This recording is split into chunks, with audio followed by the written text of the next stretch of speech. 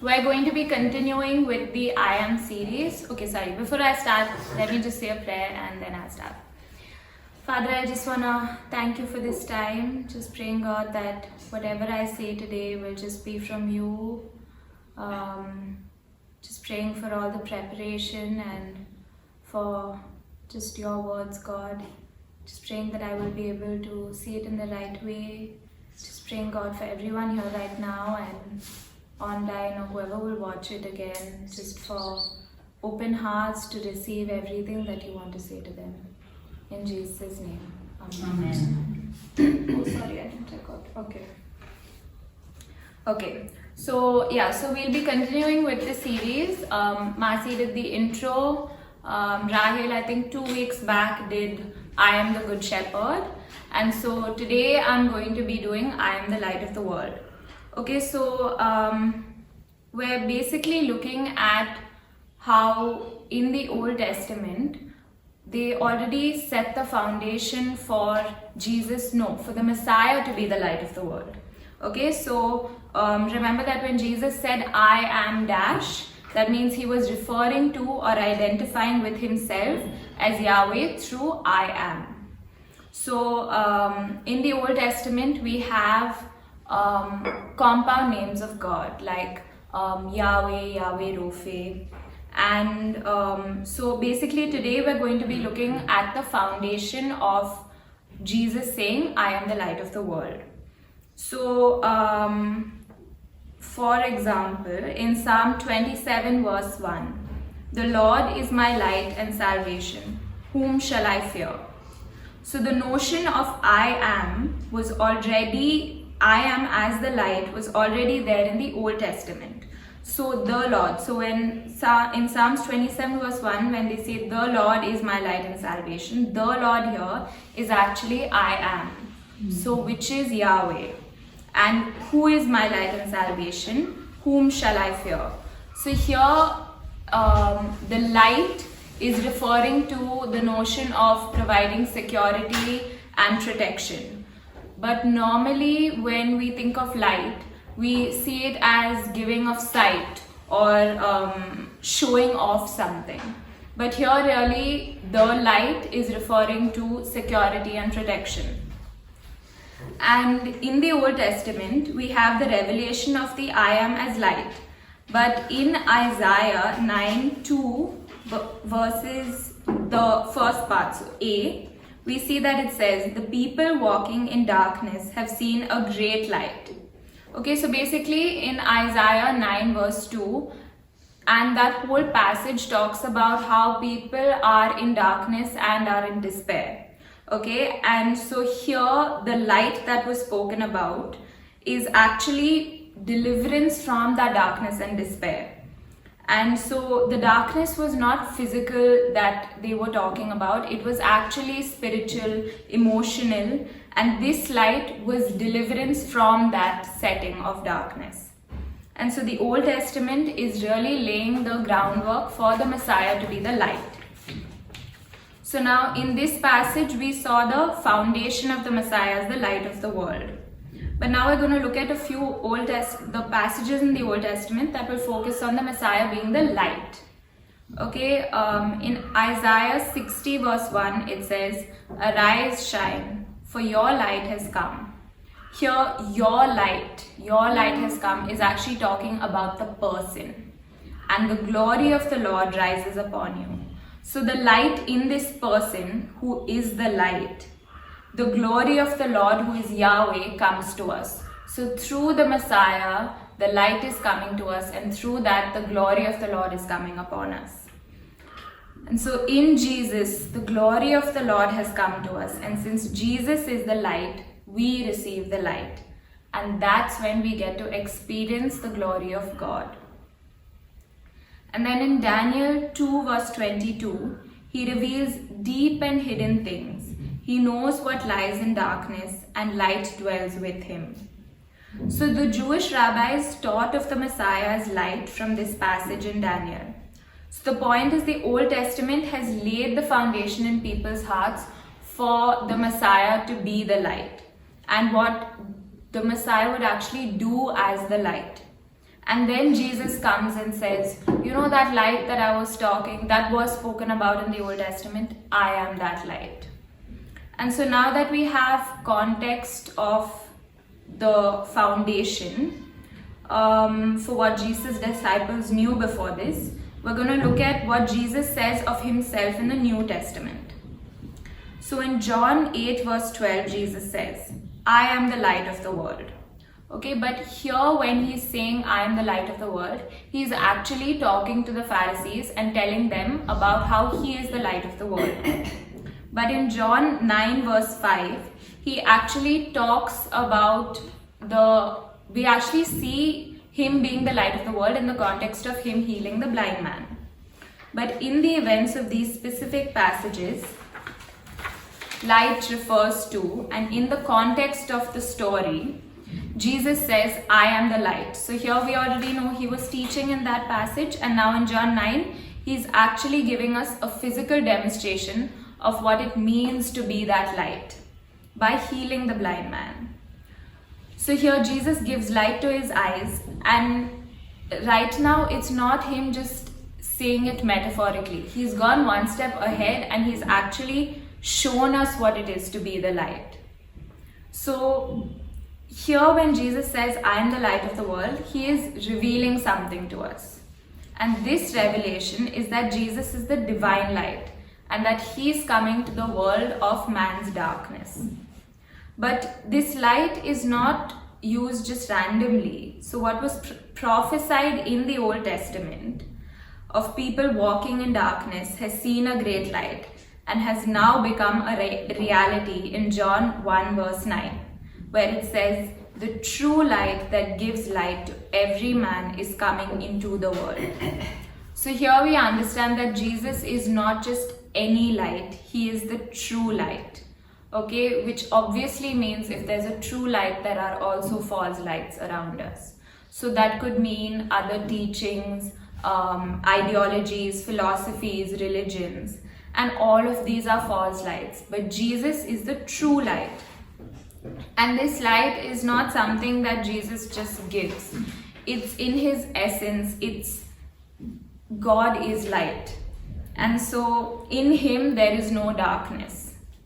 And since God is light and there is no darkness in him, then we also see that light as God's holiness and purity. And so here we get the contrast of light, which is God, and which means holiness and purity, and the other end is darkness and the sin of man's world.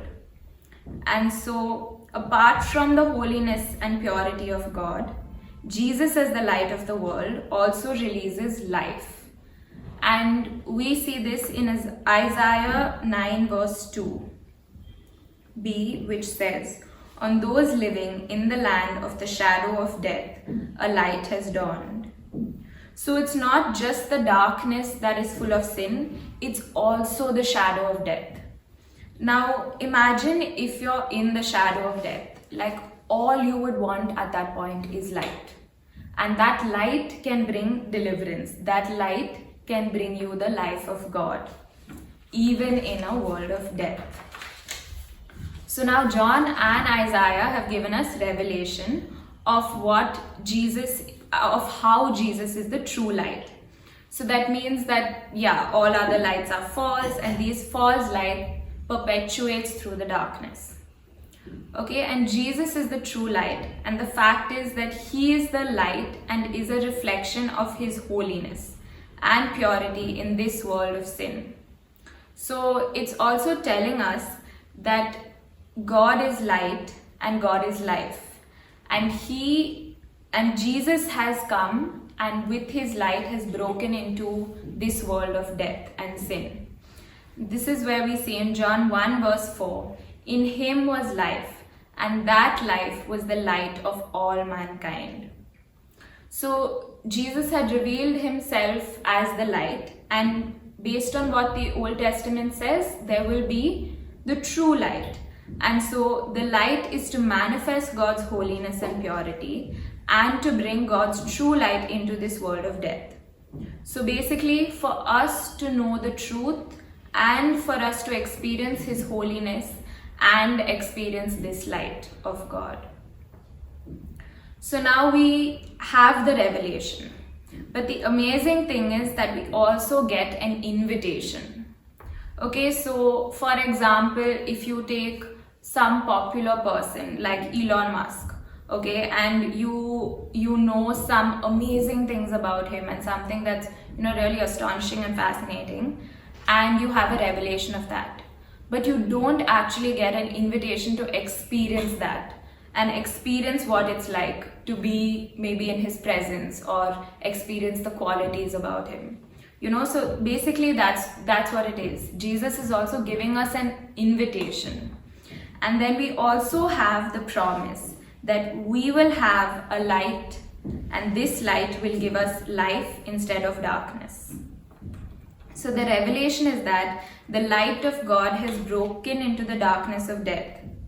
And when we choose to take up the promise of following Him, then we live in that promise, and then we actually have life, and we receive God's light and everything that comes with that. And so earlier we realized that true light is Jesus and all other lights are false. Similarly, when we follow Jesus, we accept that light and we actually don't live in darkness then. We have the life, we get to experience life. And so a life without Jesus is actually a life in darkness, even if we don't realize it. And so if you think of a blind man, a person who's completely blind, they don't really know the difference between light and darkness. And so they may not realize that they're in darkness, but they actually think, oh, I'm in the light, so it's all good, but actually they are in the darkness and they have no clue. And so they are not actually experiencing this life. And so in the same way, so many people are in this darkness without Jesus, without true light. And so Jesus is giving us the invitation, and only through Him we have the light of life. Okay, so this was all Jesus's teachings, and now we're going to look at how Jesus actually demonstrates in John 9 about how He is the light. So also what's quite interesting to see in John's Gospel is there are very few miracles that are depicted. Okay, and John doesn't really call them miracles, he calls them signs. Okay, and this is because all the miracles that take place in John are actually pointing towards Jesus being the light and who Jesus is. And so John tells us about these certain miracles rather than the other Gospels where they give us the story or the life of Jesus and they explain the life of Jesus. But here he's chosen very specific miracles. For instance, in John 2 verse 11, it says, the first signs through which He revealed His glory. Okay, so it says the first signs, it doesn't even say miracle. So here, Jesus has already established who He is and given us the promise and invitation. And so now He's also given us a physical demonstration, okay, of Him being the light by healing the blind man. So in this story, it also refers to spiritual blindness, okay? So in John 9 verse 41, Jesus talks about, if you were blind, you would not be guilty of sin. But now that you claim you can see, your guilt remains. He is the light and is demonstrating this by healing a person who is physically blind. Okay, so can we read the story of just John 9? Sure. John 9 verse 1 to 7. If anyone can read that out. Hi. As he walked Sure. Read it out loudly. As he walked along, he saw a man blind from birth. His disciples asked him, Rabbi, who sinned, this man or his parents, that he was born blind? Jesus answered, neither this man nor his parents,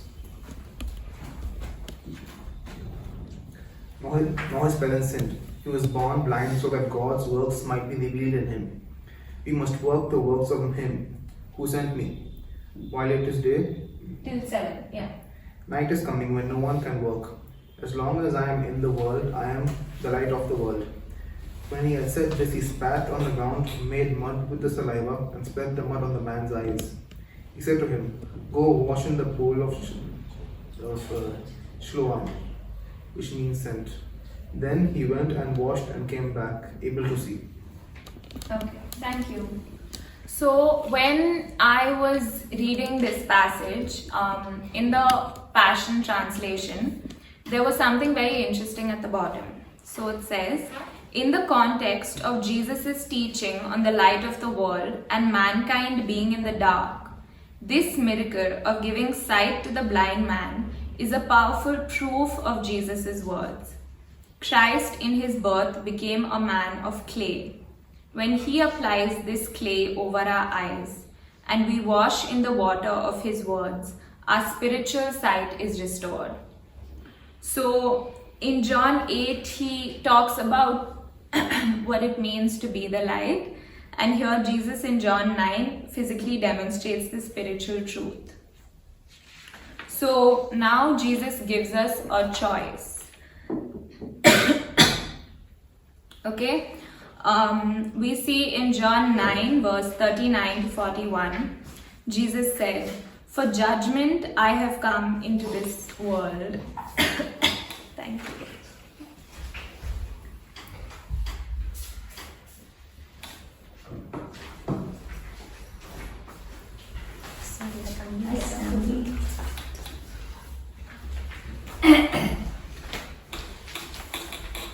Sorry. So now Jesus gives us a choice.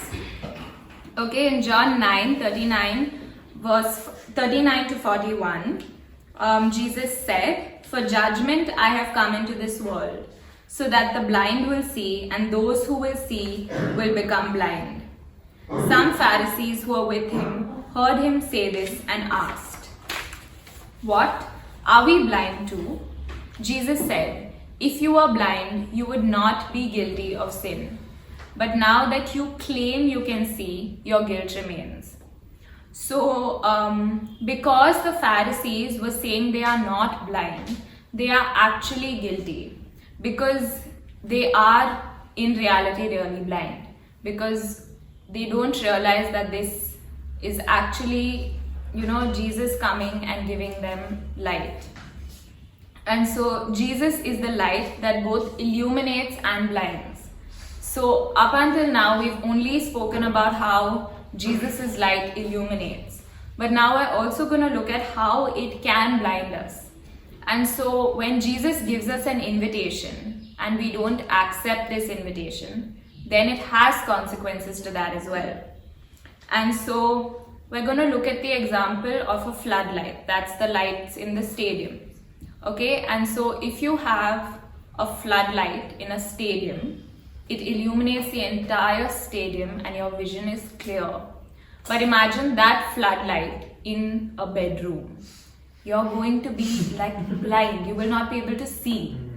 And so this is just a physical example, but Jesus is actually demonstrating how we receive the light and how it can illuminate or it can blind us. And so people who accept they are blind receive illumination, and those who claim to see are blinded. And this means they will not receive from Jesus because they already claim they have the light. And so to those who are willing to believe, surrender, worship, He is the light that opens blind eyes. To those who are unwilling, proud, self-sufficient, He is the light that condemns spiritual blindness. So earlier he talks about the light of the world, and then in John 9, 4 verse 5 it says, "As long as it is day, we must do the work of him who sent me. Night is coming when no one can work." So this is, honestly for me, it was a scary challenge. Like Jesus has come and said, you have to do the Father's work now. And so this means that we can only do it when it is possible to do it. So here what he's saying is when there is a darkness that is coming, he's not talking about the darkness that already exists. He's talking about a darkness that after the existence of mankind, and that darkness, no one can save you from that darkness basically. And that darkness can be overcome by the light in this time right now. But once mankind's time is up, the light will not be able to reach that darkness. And and so hell is where this darkness reigns, and that's when after mankind's time is up, this light won't work anymore. So if it was only about Jesus, then it would end with his resurrection and his ascension, and then the work of the light would be over.